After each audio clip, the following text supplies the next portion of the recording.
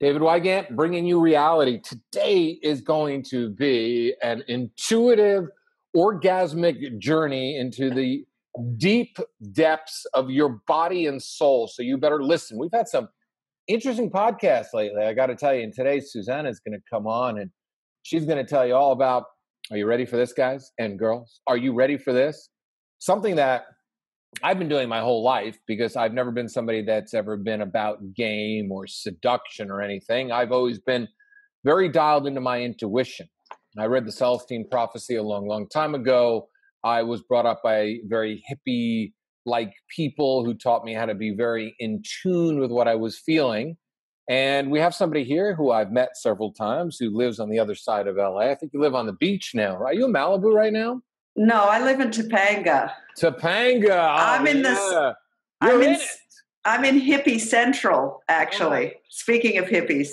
So Susanna today is going to talk about her book that hit #1 on Amazon. Congratulations on that, by the way. Thank you. It's kind of a big deal. Well, it is kind of a big deal, and it's a big deal to have you on. But you are going to talk about how to get laid using your intuition. Wow. Wow. People should really use their intuition in all aspects of their life because I use intuition to be successful. I use intuition in my relationships. I use intuition in my friendships. I use intuition in my investing. I use intuition in everything. So I think we might have a new movement coming. If people could actually get laid via intuition, I think people would actually start to enjoy sex a lot more. So tell me, the master of sexual intuition, tell me what that means and tell me what this book is all about, because I am all ears and I know my audience is as well. Wonderful. Well, I'd be happy to expound on my theories. So several years ago, I had a kind of a fever dream, and I realized that what I do and what I've always done is been a sexual intuitive. And I was able to trademark that because this link between sexuality and intuition, while something that many of us intuitively knew, like you, David, was something that is an original thought. It hasn't been put into the fore.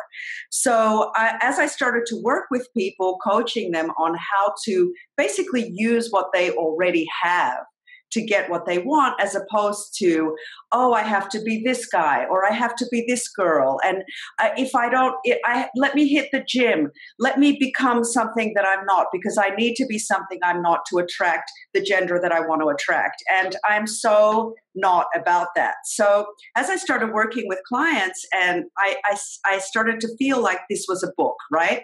Right. And so as I started to research, I realized that intuition, it sounds like kind of a woo-woo thing, right? But then as Americans, I mean, I didn't grow up in this country, but I've lived here now more than not. But we're told, trust your gut. For example, I did a TV show in Denmark, and they didn't even have a word for intuition. I had to find a different word. I was like, how about instincts? How about listening to the voice inside you? Like, we managed to kind of translate it.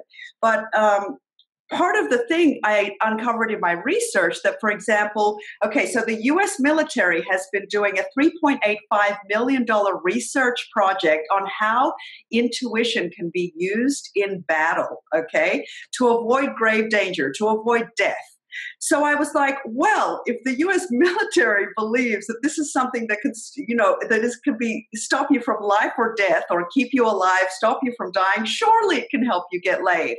Which again, just bore out my own intuitive idea that everybody that I have ever met that has an easy time getting laid, and I mean easy, right?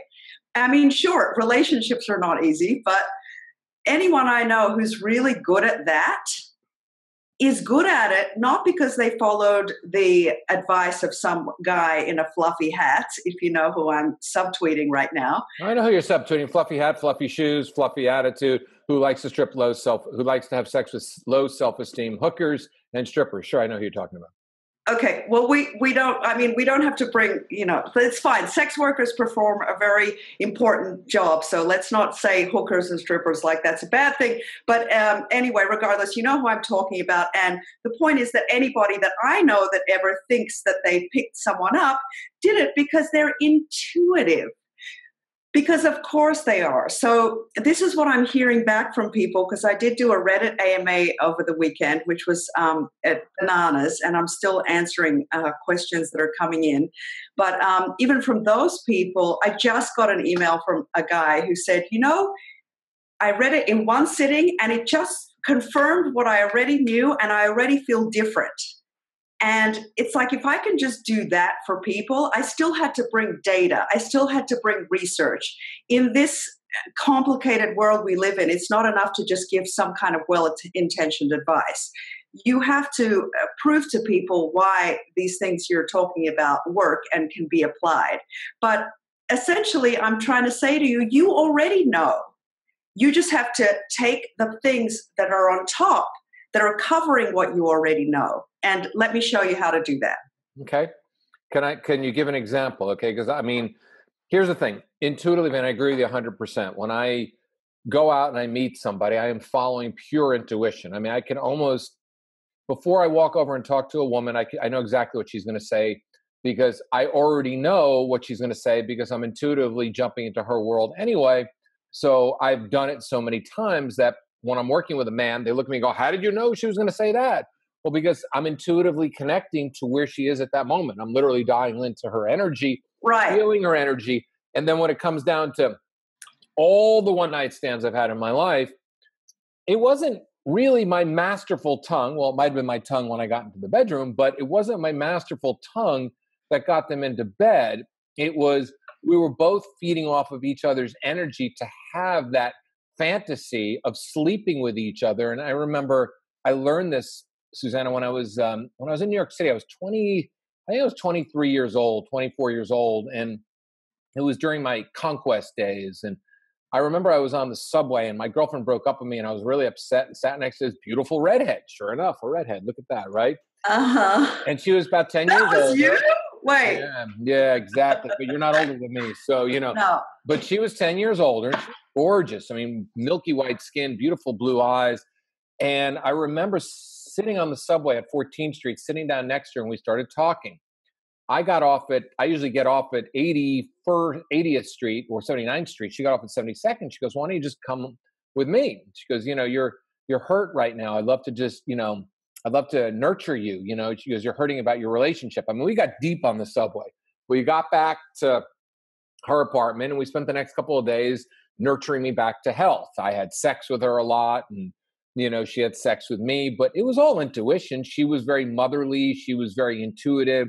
She knew I needed somebody to, to make me feel better. She wanted sex with me. I wanted sex with her. And we were just very pure instincts together. It was a beautiful thing. And that's where I really kind of learned it, that it wasn't about what I said, because here I was crying about my girlfriend that broke up with me 2 days earlier, but yet I was still having sex. And that's when I realized, wait a second, this isn't about any game or any words that I'm using. It's about an intuitive understanding that two people really need each other and we're just fulfilling each other in that moment of time. So share your, viewpoint on that, because this is something that I found at a very young age. And how do people get back to that point after they've been dating for so long and they're fucking stuck in so many stories and their intuition is just like literally taking a vacation somewhere that they can't find the key to the hotel room? Well, the thing that you describe, the energy between you, is something I call fuck energy. And I have a chapter in the book called Fuck Energy, and what that involves and how we get that intuition to come back from vacation and reside in us is it's simple but not easy. Okay, so first of all, you mentioned the stories, and you're absolutely right on about that. So the first thing we have to do is get underneath all of the things that we've been telling ourselves about sex, dating, and relationships. And by the way, even though the title says how to get laid using your intuition, I do say in the book, and there's a chapter in the third section that's called Getting Laid on the Regular, where we really get honest about, well, have you considered that a relationship will potentially get you more of what you want and more of the kind of sex you want? And what's wrong with having a relationship with somebody who's as fuck motivated as you are? Another term that I coined. It's a great term, fuck motivated. I like it. Thank you. So make sure you credit me when you use it, I David. will. I will. I will. I will not steal it. I promise. Thank you. So there's fuck energy. Then you have fuck frequency, which is not the frequency like how often you do something, but your radio frequency, right? So what are you radiating? What are you broadcasting about yourself with your behavior, with your manner, with your way you choose to present yourself, with your energetic being? If you pardon me, getting a little woo woo Topanga for a minute. You can get there. I do take it apart in the book, but now you have three different distinctions you didn't have before: fuck energy, fuck frequency, fuck motivated. And once you start to tune into these things, as opposed to the superficial, as opposed to what did her tits look like, what did her car look like, what did his whatever muscles look like. I mean, especially, in the coastal cities, especially in larger cities, people get onto this treadmill of dating that is all about the superficial and the exterior. And then there's an assumption, oh, well, that's what everybody else is looking for too. There's this terrible meme called step 1, be attractive. Step 2, don't be unattractive.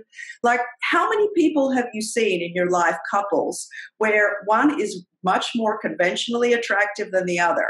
It's like, how do you explain that? How do you explain the woman or the man or whatever gender you identify with being totally able to be with, pick up, have a relationship with somebody who's much more conventionally attractive than they are, because they don't see themselves that way. That's not their paradigm. They never woke up in the morning and went, oh, I wish, I'm so unattractive. I'm so, overweight. I'm so, I'm short, and short men never get laid, or whatever people tell themselves, right? It's like, this is a completely new way of being around it.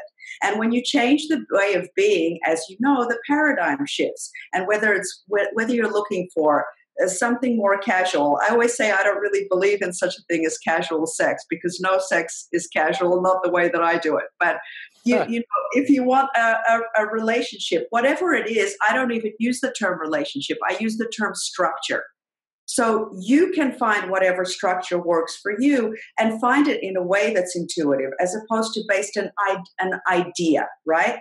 So an idea of someone that you think you should be with, an idea of what that person will look like, an idea of what a kind of relationship you think is acceptable. For example, a heterosexual monogamous relationship. That is only a very small portion of what's available to us with our increased understanding of gender, of sexuality. There are so many different structures that you could set up if you start out dating from a place of sexual intuition as opposed to a place of an idea. And so, we want to encourage people that it's not a binary. We're looking beyond the binary in all areas. And one of the binaries people have is this kind of all or nothing.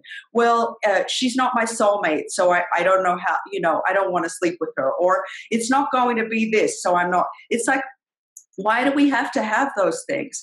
What I teach people in the book, there's a chapter called What Are You Available For? The most important communication that you can make before you sleep with somebody, based on something I wrote that went kind of viral. I don't know how you qualify viral anymore, but what are you available for? And so we get used to this way of being where we're direct. The vagueness is not sexy anymore. And I think if you've been socialized female, sometimes it's particularly difficult to be like, okay, this is what I'm looking for. This is what I'm up for. And then if you've been socialized male, there's might be a part of you where it's like, oh, I have to kind of obfuscate my motives. It's like, just be realistic about what you can manage at this time. What do you have the bandwidth for, right? Because if you're lying to yourself, it's very difficult to communicate effectively. Well, it's so true. It's because so many people love to be vague. We spend our days on Vagogram and Vague Book, Vaguer, Yes. right? And then we swipe on Vague-ol, instead of Bumble, and then we go to Vague and Twitter and not Twitter, Tinder. And I think that's what people are. They're afraid of just trusting themselves. And the fact is, we are human beings having human experiences. And if we really outlie, or we really talk about what experience we want to have, then we're going to really dial into that frequency of that experience. I mean, Most definitely, yeah, especially if you're kinky, because half of the people in America now consider themselves to be kinky. So if you're interested in a certain kind of sex, it really behooves you not to wait until you've been married to somebody for 10 years to maybe start to bring up that little fetish that you have. It's like these are not wants, these are needs. And so part of what the book really seeks to do, I'm pointing to it because there's a whole pile of them over there, is to validate to people that this is a need that you have. And if it's a need that you have, isn't it worth communicating before you get to the point where you have 2 children with somebody and you're walking around in a state of starvation? I mean, look, I think people make the wrong choices all the time. I mean, a guy emailed me today and said, David, when can I talk about all my needs and sex? And I'm like, before you sleep with somebody. Most definitely, most definitely, yes. What are you waiting for? Communication is the best form of lubrication. The fact is that if you're not having those conversations, why are you even sleeping with somebody? What, you're just going to figure it out? All of a sudden your hip is going to talk to their hip, or your kink is going to talk to their kink in bed. Communication is the greatest thing, but that also goes down to what you talk about, instincts. Trust yourself as a sexual being. We're all very different. Some people like it one way, some people like it another way. There's many people that are going to like it your way and many people who don't like it your way.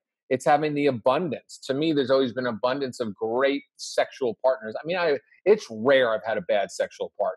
I mean, and I haven't had I have not had a bad sexual experience, I shit you not, but I don't compare other people to me because I don't want people to feel like, if I'm not this highly orgasmic this, or if I have had a ton of really bad sex, or I have had really bad experiences. But part of coming from abundance is that I looked at it and I went, well, my judgment with just my mind, I haven't always been able to believe my brain. I haven't always been able to believe what my heart is telling me, and how I got my heart smashed on more than a few occasions. I haven't always been able to, trust this girl down here to make good decisions for me. But why is it that I have managed to have such great relationships and such great experiences, and including, right now, including having been married and happily married for so many years.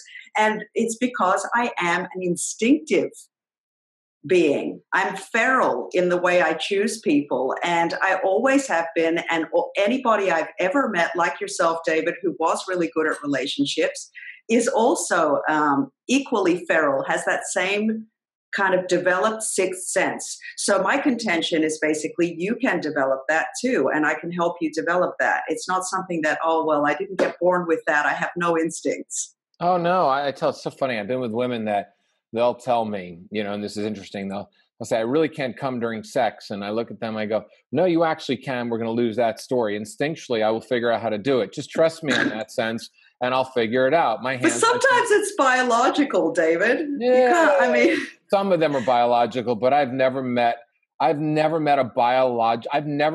who biologically could not do it. I've met people who were mentally could not go there, and it's a mental story with so many people when it comes to, it's just like men's erections, it's the same exact thing. A lot of guys are plugging themselves with Viagra and the little blue pill, and men of all ages are doing that. And I always tell them, because I say the same thing, instinctually, you are not with the person you're supposed to be with. You're not relaxed. You don't feel safe. Yeah, see, I just don't agree with that. I just don't agree with that. I don't pathologize people who have to take medicine to get an erection. I mean, I don't see that as like a not when you're 20, deal. Not when you're 24 years old. 24 years old, you've got many erections in you. When you're 56 or 57 years old, I gotcha. You need a little blue help. I'm all for the men that have issues as they get older, but anybody can Google this. Viagra is being abused by people in their 20s. Because it's a cycle. Oh, I know all about it. Yeah. So that's it. I mean, I thought you meant like, I was like, hang on. God, no. I know guys that are 65 years old that they got health issues, and there's reasons why they can't get an erection, and that Viagra really makes them feel really good again. No, I'm all for things that help you. Whatever works. But instinctually, I think you say, It's dialing back into your sexual nature. Well, anyway, we are past our time, which I knew we would be. So, Susanna, where can they find this amazing book and they can find you? Please, this is a shameless plug time of the 10-minute daily reality check. Go for it. Thank you. I like everything that's shameless, always. You can find me at sexualintuitive.com. You can get the book on Amazon and on Kindle, How to Get Laid Using Your Intuition. If you want to sign up for the audiobook, you could go to howtogetlaid.org, because that audiobook has not come out yet. And most certainly, please do join my newsletter on sexualintuitive.com. I send news. I let you know about future work that I'm doing, and of course about coaching sessions as well. Perfect. It was an absolute pleasure. And guys, listen, use your intuition. If you use your intuition, things are going to be better. And women, if you trust your intuition, you won't sleep with some of the wrong men. And guess what? You actually bring in some of the right men in there. Look at that. Anyway, Susanna, you were amazing. I appreciate it. Thank you. Have a wonderful You're welcome. night. Thank you. You too.